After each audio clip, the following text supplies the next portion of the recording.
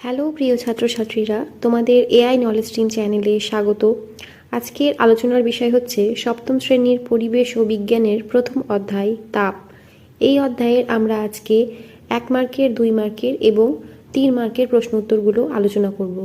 আলোচনা করার পূর্বে আমি তোমাদের অবশ্যই অনুরোধ করব, যারা যারা এখনও চ্যানেলটিকে সাবস্ক্রাইব করোনি তারা অবশ্যই চ্যানেলটিকে সাবস্ক্রাইব করে দিও। তো চলো শুরু করা যাক। 1 নম্বর প্রশ্নটি হচ্ছে, তাপ কাকে বলে?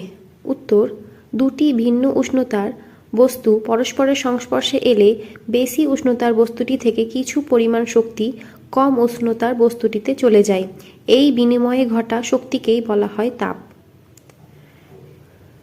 2 নম্বর প্রশ্ন, তাপের সিজিএস ও এসআই একক কী? উত্তর, সিজিএস পদ্ধতিতে তাপের একক ক্যালোরি ও এসআই পদ্ধতিতে তাপের একক জুল। 3 নম্বর প্রশ্ন, 1 ক্যালোরি বলতে কী বোঝো? উত্তর, 1 গ্রাম জলের তাপমাত্রা 1 ডিগ্রি সেলসিয়াস বাড়াতে যে পরিমাণ তাপশক্তি প্রয়োজন তাকে 1 ক্যালোরি বলা হয়। 4 নম্বর প্রশ্ন, 1 জুল বলতে কী বোঝো? উত্তর, 1 নিউটন বল প্রয়োগ করে বলের প্রয়োগ বিন্দুকে বলের অভিমুখে 1 মিটার সরানোর জন্য যে পরিমাণ কাজ করা হয় সেই কাজের পরিমাণকে 1 জুল বলা হয়। 5 নম্বর প্রশ্ন, তাপ কয় প্রকার ও কি কি? উত্তর, তাপ 3 প্রকার। 1 নম্বর বোধগম্য তাপ, 2 নম্বর লীন তাপ, 3 নম্বর বিকীর্ণ তাপ। 6 নম্বর প্রশ্ন, কোন যন্ত্রের সাহায্যে তাপ নির্ণয় করা হয়? উত্তর, ক্যালোরিমিটার যন্ত্রের সাহায্যে। 7 নম্বর প্রশ্ন, লীন তাপ বলতে কী বোঝো? উত্তর, একক ভরের কোনো পদার্থের উষ্ণতার পরিবর্তন না ঘটিয়ে যদি শুধু অবস্থার পরিবর্তন ঘটানো হয় তখন ওই পদার্থ বাইরে থেকে যে পরিমাণ তাপ গ্রহণ বা বর্জন করে সেই পরিমাণ তাপকেই ওই পদার্থের ওই অবস্থা পরিবর্তনের লীন তাপ বলা হয়। 8 নম্বর প্রশ্ন, গলন বলতে কী বোঝো? উত্তর, স্থির উষ্ণতায় পদার্থের কঠিন অবস্থা থেকে তরল অবস্থায় পরিণত হওয়ার ঘটনাকে গলন বলে। 9 নম্বর প্রশ্ন, বরফ গলনের লীন তাপ কত? উত্তর, বরফ গলনের লীন তাপ 80 ক্যালোরি পার গ্রাম। 10 নম্বর প্রশ্ন, বরফ গলনের লীন তাপ 80 ক্যালোরি পার গ্রাম বলতে কী বোঝো? উত্তর, 0 ডিগ্রি সেলসিয়াস উষ্ণতায় 1 গ্রাম বিশুদ্ধ বরফ ওই উষ্ণতার 1 গ্রাম বিশুদ্ধ জলে পরিণত হতে বাইরে থেকে 80 ক্যালোরি তাপ গ্রহণ করে। 11 নম্বর প্রশ্ন, জলের ঘনীভবনের লীন তাপ কত? উত্তর, -537 ক্যালোরি পার গ্রাম। 12 নম্বর প্রশ্ন, উষ্ণতা মাপার যন্ত্রের নাম কি? উত্তর, থার্মোমিটার। 13 নম্বর প্রশ্ন, সেলসিয়াস থার্মোমিটারের নিম্ন ও ঊর্ধ্ব স্থিরাঙ্ক কত? উত্তর, নিম্ন স্থিরাঙ্ক 0 ডিগ্রি সেলসিয়াস, ঊর্ধ্ব স্থিরাঙ্ক 100 ডিগ্রি সেলসিয়াস। 14 নম্বর প্রশ্ন, ফারেনহাইট থার্মোমিটারের নিম্ন ও ঊর্ধ্ব স্থিরাঙ্ক কত? উত্তর, নিম্ন স্থিরাঙ্ক 32 ডিগ্রি ফারেনহাইট ও ঊর্ধ্ব স্থিরাঙ্ক 212 ডিগ্রি ফারেনহাইট। 15 নম্বর প্রশ্ন, মাটির কলসির জল ঠান্ডা থাকে কেন? উত্তর, মাটির কলসির জল ঠান্ডা থাকে। আসলে মাটির কলসির গায়ে অসংখ্য ক্ষুদ্র ক্ষুদ্র ছিদ্র থাকে। ওই ছিদ্রগুলো দিয়ে সামান্য পরিমাণ জল কলসির বাইরে বেরিয়ে আসে, তখন তার বাষ্পীভবন ঘটে, ফলে দরকার লীন তাপের। ওই বেরিয়ে আসা জল তখন কলসি এবং কলসির ভিতরে থাকা জল থেকে প্রয়োজনীয় লীন তাপ সংগ্রহ করে, ফলে কলসি ও কলসির জল তা হারিয়ে ঠান্ডা হয়ে যায়। 16 নম্বর প্রশ্ন, হাতে স্পিরিট বা ইথার ঢাললে ওই জায়গায় ঠান্ডা অনুভূত হয় কেন?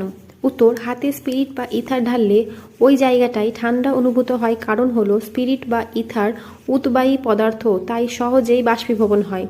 আর এই বাষ্পীভবনের জন্য দরকার লীন তাপ সংগ্রহ করে আশেপাশের পরিবেশ ও হাত থেকে, ফলে হাতের ওই অংশে তাপ হারায়, তখন পাশাপাশি অঞ্চলের তুলনায় ওই অংশের উষ্ণতা কমে যায়, ফলে ওই অংশে ঠান্ডা অনুভূতি হয়। 17 নম্বর প্রশ্ন, স্নান করে ওঠার পর পাখা চালিয়ে তার নিচে দাঁড়ালে ঠান্ডা বোধ হয় কেন? উত্তর, স্নান করে ওঠার পর আমাদের শরীরে ত্বকে কিছু জলকণা লেগে থাকে। ওই জলকণাগুলি বাষ্পীভবন প্রক্রিয়ার মাধ্যমে দ্রুত জলীয় বাষ্পে পরিণত হয়। এই বাষ্পীভবন প্রক্রিয়ার জন্য লিন তাপের প্রয়োজন। এই প্রয়োজনীয় লিন তাপ আমাদের শরীরের ত্বক থেকে সংগ্রহ করে, ফলে তাপ হারিয়ে আমাদের শরীর ঠান্ডা হয়ে পড়ে। এই কারণে স্নান করে পাখার নিচে দাঁড়ালে ঠান্ডা বোধ হয়। 18 নম্বর প্রশ্ন, জল দিয়ে ঘর মোছার পর মেঝে ঠান্ডা হয় কেন? উত্তর, জল দিয়ে ঘর মোছার পর মেঝের ওপর ছোট ছোট জলবিন্দু থাকে। এই জলবিন্দুগুলি বাষ্পীভবন প্রক্রিয়ার মাধ্যমে দ্রুত জলীয় বাষ্পে পরিণত হয়। এই বাষ্পীভবনের জন্য প্রয়োজনীয় লিন তাপ জলবিন্দুগুলি সংলগ্ন মেঝে থেকে সংগ্রহ করে, ফলে মেঝে তাপ হারিয়ে ঠান্ডা হয়ে যায়। নম্বর প্রশ্ন, গরমকালে ঘরের জানালা দরজা খোলা রেখে ভেজা পর্দা টাঙানো হলে ঘর বেশ ঠান্ডা থাকে কেন? উত্তর, গরমকালে ঘরের জানালা দরজায় ভেজা পর্দা টাঙানো হলে বাইরের গরম বায়ু ঘরের মধ্যে প্রবেশ করার সময় পর্দায় অবস্থিত অসংখ্য জলবিন্দুগুলি বাষ্পীভবন প্রক্রিয়ার মাধ্যমে দ্রুত জলীয় বাষ্পে পরিণত হয়। এই প্রক্রিয়ার জন্য প্রয়োজনীয় লিন তাপ জলবিন্দুগুলি সংলগ্ন পর্দা এবং সংলগ্ন বায়ু থেকে গ্রহণ করে, ফলে পর্দা এবং পর্দা সংলগ্ন বায়ু ঠান্ডা হয়। এই কারণে সমস্ত ঘর ঠান্ডা থাকে। 20 নম্বর প্রশ্ন, কঠিনীভবন বলতে কি বোঝো? উত্তর, তাপ নিষ্কাশনের ফলে তরল পদার্থের কঠিন পদার্থের পরিণত হওয়ার ঘটনাকে কঠিনীভবন বলা হয়। 21 নম্বর প্রশ্ন, বাষ্পীভবন বলতে কি বোঝো? উত্তর, তাপ প্রয়োগে তরল পদার্থের বাষ্পে পরিণত হওয়ার ঘটনাকে বাষ্পীভবন বলে। 22 নম্বর প্রশ্ন, ঘনীভবন বলতে কি বোঝো? উত্তর, তাপ নিষ্কাশনের ফলে পদার্থের বাষ্পীয় অবস্থা থেকে তরলে পরিণত হওয়ার ঘটনাকে ঘনীভবন বলে। 23 নম্বর প্রশ্ন, জলের বাষ্পীভবনের লিন তাপ 537 ক্যালোরি পার গ্রাম বলতে কি বোঝো? উত্তর, 100 ডিগ্রি সেলসিয়াস উষ্ণতায় 1 গ্রাম জলকে 100 ডিগ্রি সেলসিয়াস উষ্ণতায় 1 গ্রাম বাষ্পে পরিণত করতে 537 ক্যালোরি তাপ প্রয়োজন। 24 নম্বর প্রশ্ন, 0 ডিগ্রি সেলসিয়াস ও 0 ডিগ্রি ফারেনহাইটের মধ্যে কোনটির মান বেশি? উত্তর, 0 ডিগ্রি সেলসিয়াসের। 25 নম্বর প্রশ্ন, সুস্থ মানুষের দেহের উষ্ণতা কত? উত্তর, 98.4 ডিগ্রি ফারেনহাইট। 26 নম্বর প্রশ্ন, কোন কোন প্রাণীরা গরম বালিতে রোদ পোহায়? উত্তর, গিরগিটি, সাপ প্রভৃতি প্রাণীরা। 27 নম্বর প্রশ্ন, কোন কোন গাছের পাতা দিনের বেলায় খুলে আবার রাত্রে মরে যায়? উত্তর, বাবলা, আমরুল, শুশুনি, রাধাচূড়া প্রভৃতি গাছের পাতা। হ্যালো, তোমরা এই যে তাপ অধ্যায়ের যে প্রশ্নগুলো আমরা আলোচনা করলাম সেইগুলো পড়ার পাশাপাশি তোমরা যদি এই অধ্যায়ের 2-4টা অঙ্ক করে নাও, মানে যেটা হচ্ছে কি অনেক সময় দেয় সেলসিয়াস থেকে ফারেনহাইটে পরিণত করো অথবা ফারেনহাইট থেকে সেলসিয়াসে পরিণত করো, এই অঙ্কটা দিয়ে দিই। তো তোমরা এটা আমি শিখিয়ে দিচ্ছি, তোমরা এইভাবে করে বাড়িতে অনেকগুলো প্র্যাকটিস করে নিও। তো যেটা বলছি দেখো, এখানে যে অঙ্কগুলো করতে যে সূত্রটা লাগবে সেটা হলো তোমার কত, C/5 সমান F-32/9। এই সূত্রটার সাহায্যে তোমরা অঙ্কগুলো করে নিতে পারো। তো চলো শুরু করা যাক। দেখা যাক 1 নম্বর অঙ্কটা কি বলছে। এই ধরনের দিবে কি 40 ডিগ্রি সেলসিয়াস সমান কত ডিগ্রি ফারেনহাইট। তো আমরা সূত্রটা লিখলাম, সূত্রটা দেখলাম। সূত্রটা আছে কি C/5 F-32/9। C মানে সেলসিয়াস, F মানে ফারেনহাইট। তো আমরা বসিয়ে দেবো, এখানে বা লিখিত দাঁড়ি। তো C মানে কত, 40 ডিগ্রি সেল মানে C মানে সেলসিয়াস, F মানে কি ফারেনহাইট। তো ফারেনহাইট বের করতে বলেছে, ফারেনহাইটের ঘরটা ফাঁকা রাখবো। আমাদের যেটা আছে C কত 40 সেলসিয়াস, 40 বসে আলো, এদিকে কত 5, এদিকে এটা বসাবো না। F মানে F-32/9, বুঝলো? তো এবার আমরা এটা দেখারে দিই, 5 × 5 5 × 8 40 হয়ে গেছে। এবার আমরা এই কোনাকুনি গুণ, এখানে কিছু নাই মানে কত 1 আছে, 1 দিয়ে এটা গুণ করি তো টোটালটা এটাই থেকে যাবে। তো কত হবে F-32, 1 দিয়ে গুণ করলে এটা থেকে যায়, এদিকে 8 9 কত 72। ঠিক আছে, এবার যেটা আমরা আছে F-100 বের করতে বলেছে, তো F-টাকে এদিকে রেখে দেবো, এদিকে কত 72 আছে, এটা জানি। মাইনাস থাকলে এই সাইডে চলে আসে, এই সমাধান যেটা আমরা করেছি মাইনাস থাকলে এদিকে হয়ে যায় প্লাস হয়ে যায়। তো এটা দাঁড়াচ্ছে কত তোমার এফ সমান সমান 32 আর 72, 2 2 4, 3 7 10, 104 ডিগ্রি হয়ে গেল। তার মানে অঙ্কটা যেটা বলছে 40 ডিগ্রি সেলসিয়াস সমান কত ডিগ্রি ফারেনহাইট, উত্তরটা হবে কত 104 ডিগ্রি ফারেনহাইট। হয়ে গেল 1 নম্বর অঙ্কটা। ঠিক একই রকম ভাবে তোমরা আরেকটা চলো আরেকটা অঙ্ক করি, যেটা বলছে 30 ডিগ্রি সেলসিয়াস সমান কত ডিগ্রি ফারেনহাইট। আমরা একইভাবে আবার সূত্রটা লিখব। সূত্রটা কি জানতাম, C/5 F মাইনাস 32/9। তো এখানেও দেখো এখানে কি দিয়েছে, সি মানে সেলসিয়াস দেওয়া আছে কত ডিগ্রি 30 ডিগ্রি, সি এর জায়গায় আমরা কত 30 দিয়ে দিলাম, এদিকে 5 F মাইনাস 32/9 কাটাকাটি করবো। এটা আমরা একই রকম সেম প্রসেসে এটাও কাটাকাটি করে দেবো। 5 × 5 5 6 30, এখানে কিছু না মানে 1 আছে, আমরা কোনাকুনি এবার গুণ করবো, কোনাকুনি গুণ এটা দিয়ে এটাকে, তো হবে কত 1 দিয়ে গুণ করলে ওটাই থেকে যাবে F মাইনাস 32, এদিকে 6 নাম কত 54 হয়ে গেছে।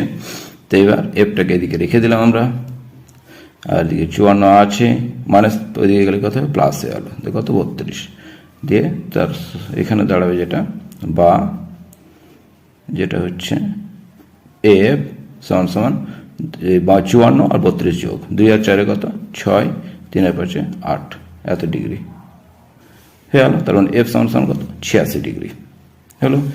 এই দেখো তার মানে অঙ্কটা 30 ডিগ্রি সেলসিয়াস সমান কত ডিগ্রি ফারেনহাইট 86 ডিগ্রি ফারেনহাইট হয়ে গেছে। তারপর আরেকটা চলো আরেকটা অঙ্ক করে সেলসিয়াস থেকে ফারেনহাইট, একই রকম সূত্র আমরা জানি, C/5 F মাইনাস 32/9। এবারে কি দেখো এখানে সি মানে সেলসিয়াস কত আছে 60 ডিগ্রি আছে, তো এখানে 60 লিখে দেবো, 5 F মাইনাস 32/9। তো এখানে আমরা কি করবো 5 দিয়ে কাটো, 5 × 5 5 12 60, তো এখানে কিছু না মানে 1 আছে, আবার এটা দিয়ে গুণ করবো, তো F মাইনাস 32, এদিকে 9 12 কত 108, এই কোনাকুনি 9 12 108। একই রকম প্রসেসে আমরা আবার করে করবো, এফটাকে এখানে রেখে দেবো, মানে ফারেনহাইটটা যেহেতু ফারেনহাইট বের করতে বলেছে 108 মাইনাস 32 দিয়ে গেলে কত প্লাস 32 দিয়ে যেটা দাঁড়াবে এফ 108 আর 32 যোগ করলে 2 8 10 0 3 হাতে রাখে 4 140 ডিগ্রি হয়ে গেছে। এফ মানে কত হলো 140 ডিগ্রি। তো এই ছিল আমাদের সেলসিয়াস থেকে ফারেনহাইট করার অঙ্কগুলো। এবার চলো আমরা ফারেনহাইট থেকে সেলসিয়াস করার চেষ্টা করবো একই সূত্রে, ওই সূত্রতেই।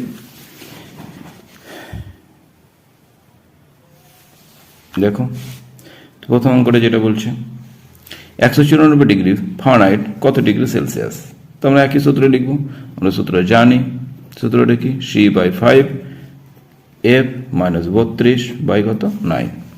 এবার আমরা বা দিব, সি মানে এখানে নাই, এখানে দেওয়া আছে দেখো ফারেনহাইট দেওয়া আছে, ফারেনহাইট কত আছে 194 ডিগ্রি, তার মানে এই এফ এর জায়গাতে কত হবে 194 ডিগ্রি, এটা যা আছে রেখে দিতে হবে। এদিকে যেটা আছে কত এফ মানে কত 194 এফ এর জায়গাতে বসল 32/9। তো এখানে কি করবো C/5 194 থেকে 32 বাদ দিলে 4 থেকে 2 বাদ, 4 থেকে 2 বাদ 2, এদিকে 9 থেকে 3 বাদ কত 9 থেকে 3 বাদ 6, এদিকে কত আছে 1, এদিকে 9 আছে এটা। এবার আমরা কি করবো কোনাকুনি গুণ করে দেবো, 9 কে সি দিয়ে গুণ করলে কত 9C, 9 দিয়ে ভাগ যাবে, 9 দিয়ে যদি ভাগ যাই 162কে 9 কে 9 চলে যাবে মনে হয়, 9 দিয়ে ভাগ করে আমরা দেখে নিই, 9 দিয়ে 162কে 9 দিয়ে 162কে এই যে 9 কে 9 70 16 থেকে 9 বাদ কত 7 2 8 9 72, তার মানে কত হচ্ছে 18, এটা দিয়ে কেটে দিলে আমাদের 18 হয়ে গেছে। চলো 1 দিয়ে গুণ, এটা সি দিয়ে 1 দিয়ে গুণ করলে কিন্তু সি থেকে গেল, এদিকে 5 8 কত 90 ডিগ্রি, তার মানে 194 ডিগ্রি ফারেনহাইট সমান কত হলো সেলসিয়াস যদি করি তো 90 ডিগ্রি সেলসিয়াস। ঠিক আছে, অঙ্কটা বুঝতে পেরেছি। তারপরে অঙ্কটা যেটা আছে 131 ডিগ্রি ফারেনহাইট সমান কত ডিগ্রি সেলসিয়াস, একই রকম সূত্র আমরা আবার লিখবো, C/5 F মাইনাস 32/9। এখানে আমরা কি করবো আবার ফারেনহাইট দেওয়া আছে, তার মানে এখানে বসবে, সেলসিয়াস দেওয়া থাকলে সি এর জায়গাতে বসতো, ফারেনহাইট দেওয়া আছে তাহলে কত বসবে ফারেনহাইট এফ এর জায়গাতে, তো এটা বসে যাবে এফ মানে কত 131 বসে গেল 32/9, C/5 131 থেকে মোট 32 বাদ দিলে 99 আমরা জানি, না পারলে তোমরা অনুযায়ী ভাগ করে নিও, বিয়োগ করে নিও। 9 দিয়ে এটি নিচে, 9 এগারো কত 99। তো এবার কোনাকুনি গুণ কিছু নেই, মানে 1 আছে, 1 কে সি দিয়ে গুণ করলে কত, সি থেকে গেল, 5 এগারো কত 55 হয়ে গেল। তার মানে 131 ডিগ্রি ফারেনহাইট সমান কত degree Celsius, 55 degree Celsius. Last অঙ্ক যেটা বলছে 158 ডিগ্রি ফারেনহাইট সমান কত ডিগ্রি সেলসিয়াস। একই রকম ভাবে আমরা সূত্র আবার লিখে নেব, C/5 F মাইনাস 32/9। তো এখানে কি আছে দেখো, এখানেও ফারেনহাইট বলেছে, তখন এফ এর জায়গাতে বসবে, সি এর জায়গাতে যা আছে সেটাই থাকবে। ফারেনহাইট কত 158, 32/9, এখানে ডিগ্রিটা দিবা না তোমরা, আমি বারবার ভুলে গেছি। তো এবার কি করতে হবে, C/5 158 থেকে 32, 8 থেকে 2 বাদ কত 6, এদিকে 2, 132, 8 থেকে 2 বাদ কত 6, 5 থেকে 3 বাদ 2, এদিকে 126/9। তো 9 দিয়ে 126কে আমরা ভাগ করে নেব, 9 কে 9, এদিকে 3, 6, 4 নাম কত 36, কত উত্তর হবে 14। তো এটা দিয়ে ভাগ করে কত 14 হচ্ছে। আমরা আবার করে নেব, কিছু নেই মানে 1 আছে, তো সি 5 14 কত 70 ডিগ্রি। তো এই হলো অঙ্ক। আশা করছি তোমরা বুঝতে পেরেছো। এইভাবে তোমরা আরো অঙ্কগুলো ফারেনহাইট থেকে সেলসিয়াস বা সেলসিয়াস থেকে ফারেনহাইট করে নিতে পারো। আর এই যে প্রশ্নগুলো আমরা আলোচনা করলাম, সেই প্রশ্নের মধ্যে যদি করে নাও, তাহলে আশা করছি ভৌত বিজ্ঞানের এই যে 7ম শ্রেণীর তাপ অধ্যায় থেকে, এই অধ্যায় থেকে কোনো প্রশ্ন তোমাদের বাইরে যাবে না, তোমরা সবগুলো পেয়ে নেবে।